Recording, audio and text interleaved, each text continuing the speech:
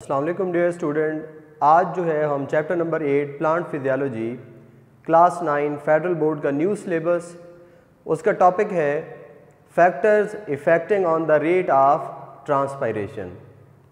Transpiration हम पहले पढ़ चुके थे कि ऐसा प्रोसेस है बेटा जिसमें पानी जो है वो प्लांट की सरफेस से वेपर्स की फॉर्म में रिलीज़ होता है, that is called as transpiration. अब कौन से फैक्टर्स इसको इफ़ेक्ट करते हैं? सबसे पहले हम बात करते हैं बेटा विंड, सेकंड फैक्टर है ह्यूमिडिटी और थर्ड जो है वो है टेम्परेचर।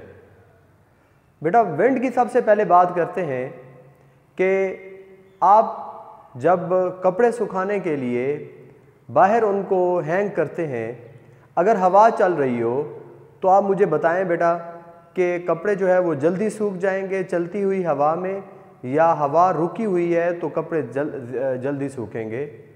यकीनन ये आपके ऑब्जर्वेशन में होगा कि अगर हवा तेज़ चल रही होगी तो वो क्या करेगी, कपड़ों में मौजूद जो वाटर वेपर्स हैं उनको वहाँ से डिफ्यूज़ करके ले जाएगी और कपड़े जो है वो जल्दी सूख जाएंगे।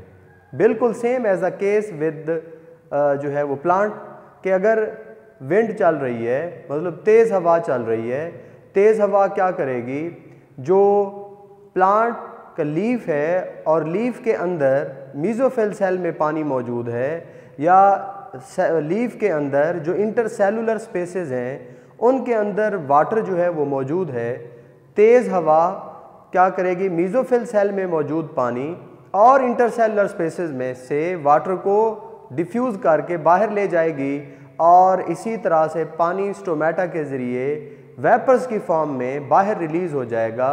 यानी कि ट्रांसपायरेशन जो है वो इंक्रीज़ होती जाएगी जब हवा जो है वो तेज़ चल रही होगी।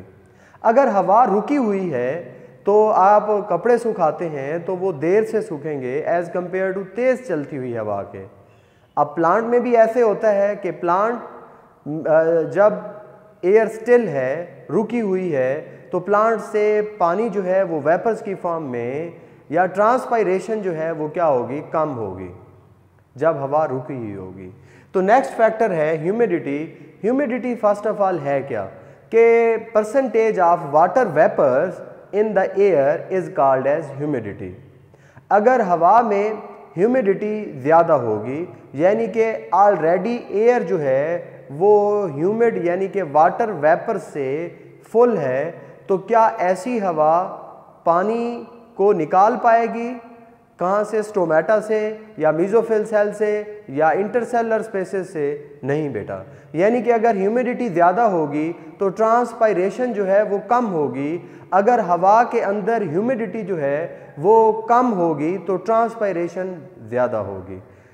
क्या वजह है कि ह्यूमिडिटी के कम होने की वजह से ट्रांसपायरेशन का रेट ज़्यादा होगा?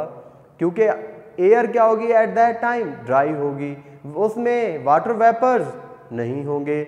जब वाटर वेपर्स नहीं होंगे तो वो ड्राई एयर मीज़ोफिल सेल और इंटरसेलुलर स्पेसेस से वाटर वेपर्स को इजीली डिफ्यूज़ कर लेगी और ट्रांसपायरेशन रेट को इंक्रीज़ कर देगी।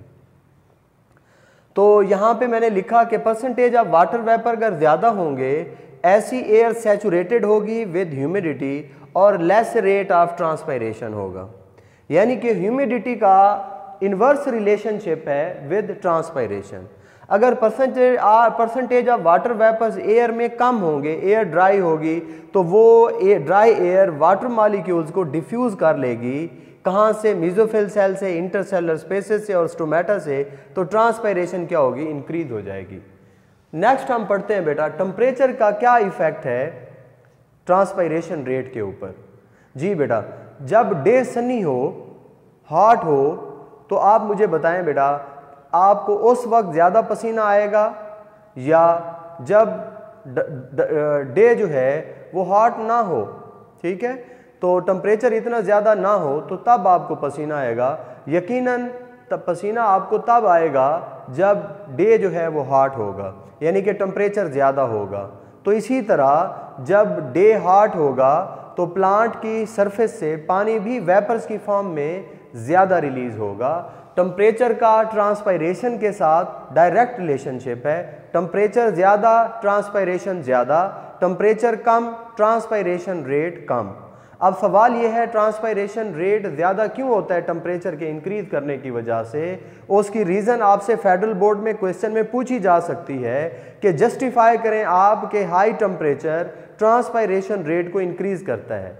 तो आपने इस तरह से जस्टिफिकेशन देनी है, जब टेम्परेचर हाई हो जाता है तो एयर के अंदर जो वाटर वेपर्स हैं वो कम हो जाते हैं, एयर ड्राई हो जाती है, ड्राई एयर मोर डिफ्यूज़ करती है वाटर वेपर्स को मीजोफिल सेल से और इंटरसेलुलर स्पेसेस से, और इसी तरह टेम्परेचर क्या हो ट्रांसपायरेशन रेट क्या हो जाता है, इंक्रीज हो जाता है। एक इम्पॉर्टेंट शॉर्ट क्वेश्चन या एमसीक्यू पूछा जा सकता है कि कौन सा ऐसा टेम्परेचर कितने डिग्री सेल्सियस टेम्परेचर के बाद ट्रांसपायरेशन रेट डबल हो जाता है। हर 10 डिग्री सेल्सियस टेम्परेचर इंक्रीज करने के बाद ट्रांसपायरेशन रेट क्या हो जाता है, डबल हो जाता है। तो इसकी एग्जांपल जो है वो मैंने यहाँ पे लिखी है कि अगर टेम्परेचर 30 डिग्री सेल्सियस है तो ट्रांसपायरेशन रेट यानी कि पानी वेपर्स की फॉर्म में जो लॉस हो रहा है वो 8 ml हो रहा है। अगर 30 से टेम्परेचर 40 डिग्री सेल्सियस हो गया है यानी कि कितना इजाफा हुआ है 10 डिग्री सेल्सियस का, तो यहाँ पे आप देखें ट्रांसपायरेशन रेट 8 से 16 हो गया है, ट्रांसपायरेशन रेट डबल हो गया है। फिर इसी तरह नेक्स्ट एमसीक्यू पूछा जा सकता है कौन सा ऐसा टेम्परेचर है जिसके ऊपर प्लांट के स्टोमेटा जो है वो क्लोज हो जाते हैं, वो है 40 to 45 डिग्री सेल्सियस। इसके ऊपर स्टोमेटा क्लोज हो जाते हैं। क्यों क्लोज हो जाते हैं? इसलिए कि ट्रांसपायरेशन रेट को कम करने के लिए, ताकि ट्रांसपायरेशन कम हो। ट्रांसपायरेशन कम हो, क्यों कम हो? ताकि जो अवेलेबल वाटर है उसको प्लांट अपने प्रोसेसेस और फंक्शन के लिए यूटिलाइज कर सके।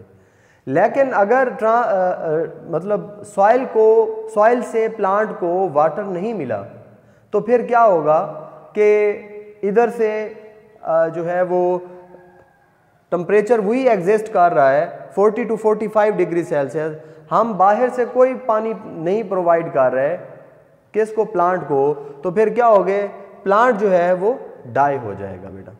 इसी तरह क्वेश्चन पूछा जा सकता है कि सनलाइट का क्या इफेक्ट है ट्रांसपायरेशन रेट के ऊपर। अगर सनलाइट की इंटेंसिटी ज़्यादा होगी तो ट्रांसपायरेशन रेट ज़्यादा होगा।